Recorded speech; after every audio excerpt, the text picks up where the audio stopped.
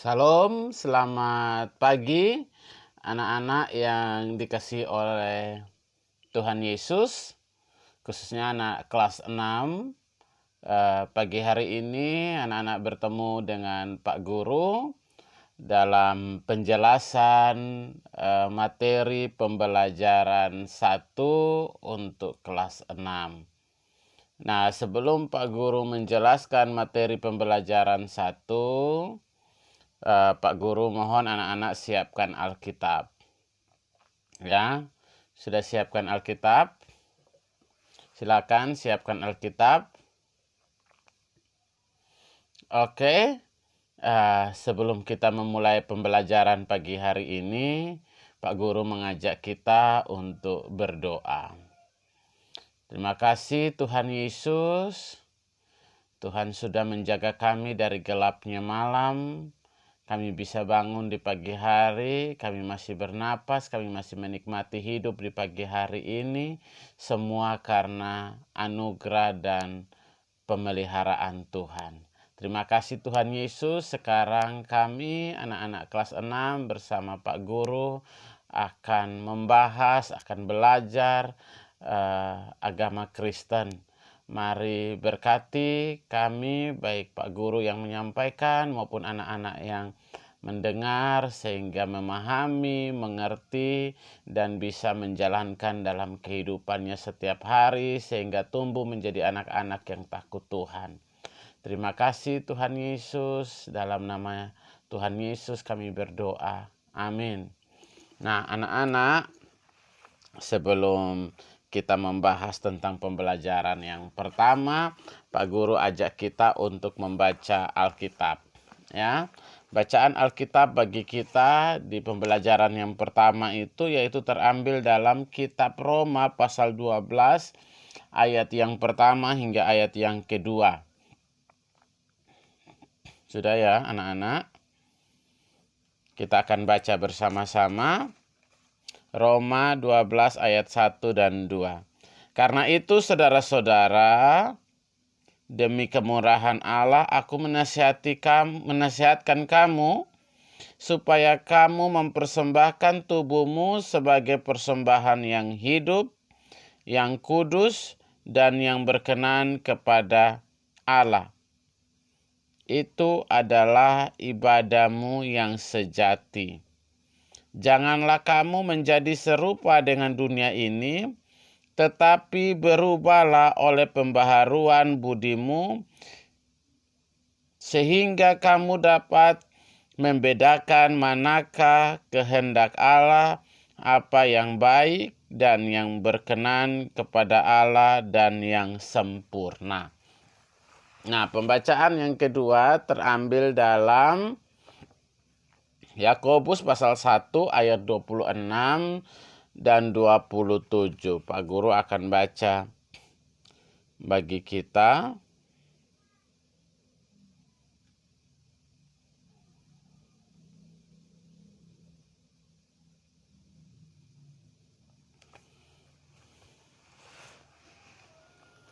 Yakobus, silakan anak-anak.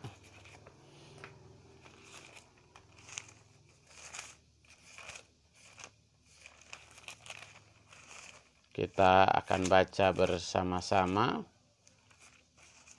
kitab Yakobus pasal 1 ayat 26 dan 27.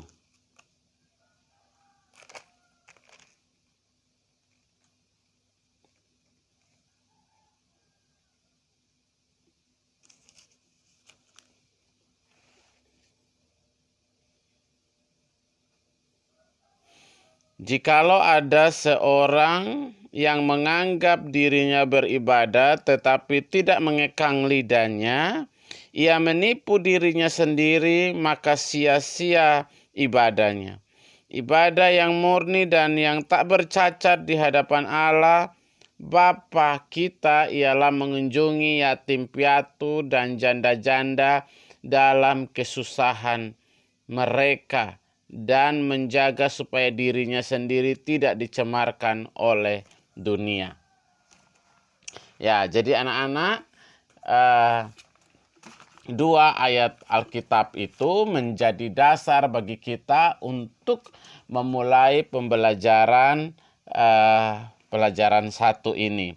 Pembelajaran pertama ini dengan tema ibadah yang sejati. Nah, anak-anak semua pernah ibadah enggak? Ibadah apa saja? Ya, ibadah di gereja, apalagi ibadah sekolah minggu. Kemudian ada ibadah apa lagi? Ibadah syukuran. Kan ada banyak jenis-jenis ibadah itu ya. Dan ada ibadah seperti ibadah rekreasi di Bedugul dan lain-lain. Nah, anak-anak, kenapa kita harus beribadah? Karena beribadah itu artinya bahwa kita hormat dan tunduk pada pencipta kita. Ibadah artinya tanda manusia tunduk pada otoritas Sang Pencipta. Ibadah adalah ungkapan syukur dan rasa percaya kita kepada Tuhan. Mengapa kita beribadah kepada Tuhan? Karena kita adalah ciptaan Tuhan. Ya. Manusia diciptakan oleh Tuhan. Diciptakan segambar dan serupa dengan Allah. Ya. Dalam bahasa Ibrani-nya adalah imagedeo, ya, imagedeo, ya. Manusia diberikan juga sifat-sifat Allah, yaitu kasih. Untuk apa manusia dikasih sifat kasih? Supaya manusia saling mengasihi. Kemudian diberikan kesucian, bukan supaya manusia jadi suci, tapi dengan sifat kesucian itu manusia bisa menjaga hidupnya, tetap hidup dalam kesucian. Tapi jelasnya, kenyataannya ternyata manusia tiap hari hidup berbuat dosa dan menyakiti hati Tuhan. Kemudian manusia diberikan akal budi oleh Tuhan supaya manusia bisa memahami perintah Tuhan dan menjalankan perintah Tuhan. Nah, dengan akal budi juga itu manusia bisa berkomunikasi dengan Tuhan. Manusia bisa menjalin hubungan dengan Tuhan dengan akal budinya. Ya, manusia bisa beribadah kepada Tuhan dengan akal budinya. Ibadah tidak hanya diartikan sebatas upacara keagamaan seperti kebaktian di gereja saja, atau kebaktian di rumah, atau di sekolah minggu, atau di sekolah. Seperti anak-anak dapat pelajaran di agama di sekolah, kita berdoa bersama, kita belajar Alkitab bersama. Bukan hanya itu, tetapi ibadah memiliki arti yang lebih luas, yaitu hubungan hidup kita dengan Tuhan. Keseluruhan kehidupan kita setiap hari adalah ibadah. Apa yang kita lakukan setiap hari adalah ibadah. Jadi apapun yang kita lakukan, Tuhan bilang apapun yang kamu lakukan, bukanlah kamu lakukan kepada orang, tapi lakukanlah seperti kepada Tuhan, bukan kepada manusia. Berarti setiap hari apapun yang kita lakukan haruslah merupakan ibadah. Nah, kalau ibadah artinya melakukannya dengan baik dan benar. Bagi siapa? Bagi kemuliaan Tuhan.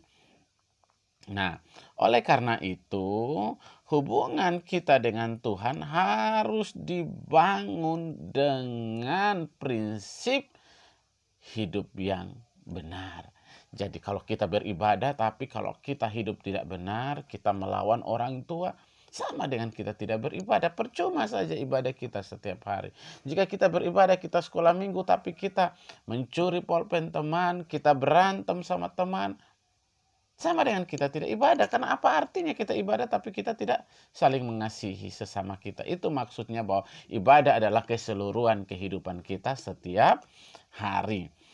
Nah, anak-anak, ibadah yang sejati adalah ibadah yang murni, ibadah yang benar, bukan sekedar rajin ke gereja, rajin berdoa, rajin menyanyi, memuji Tuhan, atau sekedar membaca firman Tuhan, tetapi yang terutama adalah melakukan perintah Tuhan dalam kehidupan kita setiap hari. Itu ibadah yang sejati yang tadi Pak Guru maksudkan, bahwa ibadah, kalau kita ibadah tapi kita tidak kelakuan kita tidak sesuai dengan ibadah kita, percuma kita beribadah.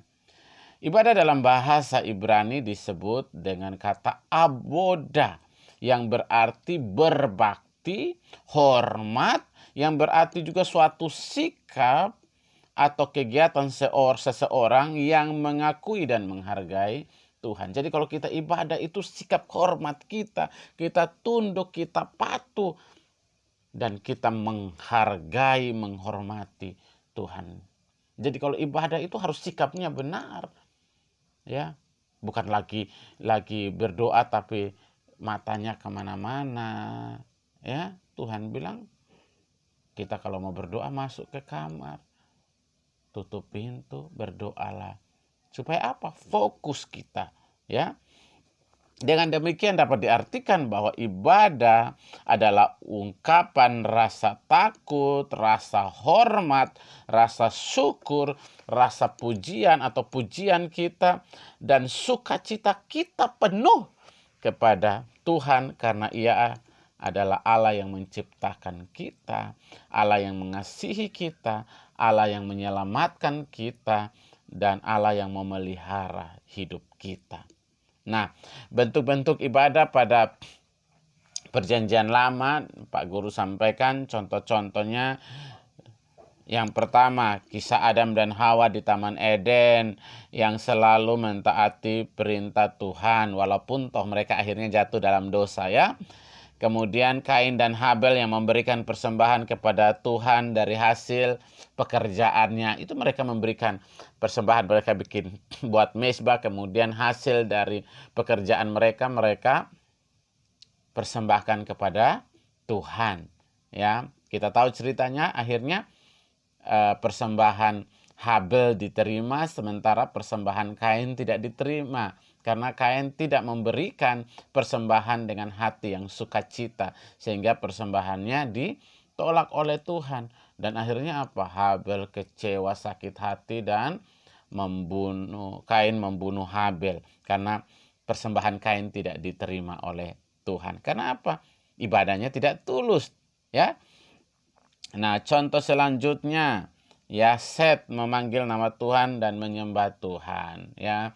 Dia pertama kali memanggil nama Tuhan, kemudian dia membuat mezbah, kemudian dia berdoa mempersembahkan persembahan kepada Tuhan. Nuh, ya, juga memberikan pada zaman yang penuh dengan kejahatan itu, keluarga Nuh tetap setia dan beribadah kepada Tuhan. Ya, akhirnya Tuhan suruh dia buat bahtera dan Tuhan menghukum bumi dengan segala isinya dengan air bah.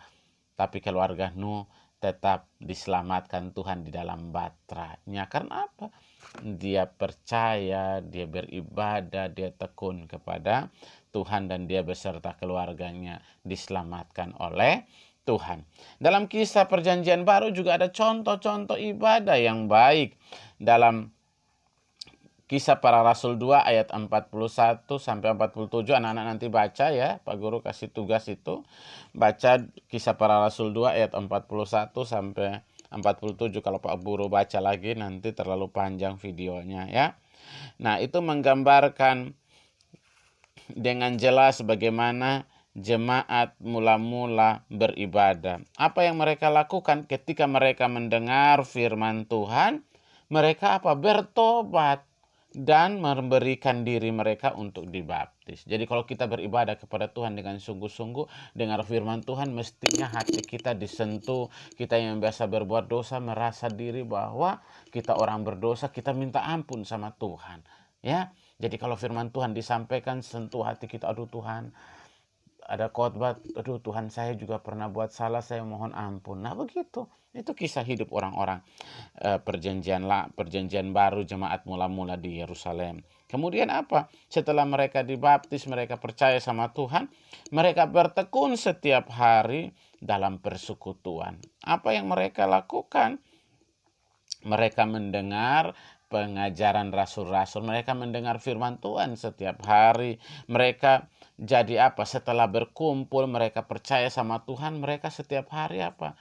Sesama mereka yang percaya kepada Tuhan tiap hari berkumpul, bergiliran di rumah masing-masing, memecahkan roti, makan sama-sama sebagai satu keluarga. Padahal mereka tidak berkeluarga, tapi ketika mereka semua terima Tuhan Yesus, mereka menjadi keluarga. Keluarga apa? Keluarga di dalam Tuhan, ya. Nah, itu mestinya orang Kristen begitu juga, ya. Ada lagu dalam Tuhan kita bersaudara, dalam Tuhan kita bersaudara, dalam Tuhan kita bersaudara, sekarang dan selamanya dalam Tuhan kita bersaudara. Nah, kalau kita hidup di dalam Tuhan, kita beribadah dengan tekun, maka apa yang terjadi? Aplikasi hidup kita, tindakan hidup kita setelah beribadah adalah semua orang adalah saudara kita. Kita harus hidup rukun dengan mereka, kita harus saling melayani, saling membantu satu sama yang lain. Seperti contoh dalam Yakobus pasal 1 ayat 26-27 yang tadi Pak Guru sudah baca. Di situ dijelaskan bahwa ibadah yang murni atau ibadah yang benar adalah mengendalikan lidah, jaga kata-kata. Kalau kita orang Kristen setiap hari beribadah, kata-katanya harus lebih baik. Begitu. Jangan pergi ibadah, pergi sekolah minggu, tapi dengan teman maki teman, berantem, gosipin teman. Tidak boleh. Karena ibadah yang benar itu bisa mengekang lidah kita. Artinya apa? Jaga mulut untuk bicara dengan teman yang sopan, bicara dengan orang tua juga sopan. Kita sekolah minggu pulang, orang tua tanya, kita marah-marah orang tua. Pulang dari sekolah, nangis-nangis minta jajan padahal orang tua belum punya uang. Apalagi sekarang, ya, pandemi begini orang tua susah cari uang. Ya, jangan menuntut terus sama orang tua. Jaga lidah kita, jaga mulut kita. Jangan bikin sakit hati orang tua, jangan bikin sakit hati teman. Karena kalau kita bikin sakit hati teman, orang tua, percuma ibadah kita setiap hari. Percuma, Tuhan tidak dengar ibadah kita, Tuhan tidak dengar doa kita. Ya. Nah, karena itu penting hormat orang tua, itu juga bagian dari menjaga ibadah kita tetap murni di hadapan Tuhan. Apalagi menurut Yakobus, mengunjungi yatim piatu dan janda-janda. Artinya apa? Kalau kita beribadah dengan benar, maka kita akan melayani sesama. Lihat teman yang tidak punya orang tua, tidak punya ayah ibu, kita bantu. Ada nenek-nenek yang sudah tidak punya suami, yang hidup susah, kita tolong mereka. Itu yang disebut dengan ibadah yang sejati. Mungkin bantu nyebrangin nenek-nenek, kakek yang jalannya susah, kita bantu nyebrangin. Ada orang buta yang jalan susah, kita bantu nyebrangin jalan. Ya, itu bagian dari ibadah. Jadi kalau kita beribadah, setiap hari beribadah, mestinya sikap kita harus lebih baik. Kalau kita rajin beribadah, mestinya kelakuan kita setiap hari baik juga. Begitu, sesuai dengan apa yang kita doa, ya. Nah, Rasul Paulus menjelaskan dalam Roma 12 ayat 1 dan 2, ibadah dengan mempersembahkan tubuh sebagai persembahan yang hidup, kudus, dan berkenan kepada Allah adalah ibadah yang sejati. Mempersembahkan tubuh artinya mengabdi semua pikiran, perkataan, perbuatan, dan tindakan kita untuk kemuliaan Tuhan. Jadi mempersembahkan tubuh kepada Tuhan yang kudus artinya apa? Kita memberikan, kita mengabdikan hidup kita seluruhnya kepada Tuhan. Perkataan kita bagi kemuliaan Tuhan, perbuatan kita bagi kemuliaan Tuhan, tindakan kita bagi kemuliaan Tuhan.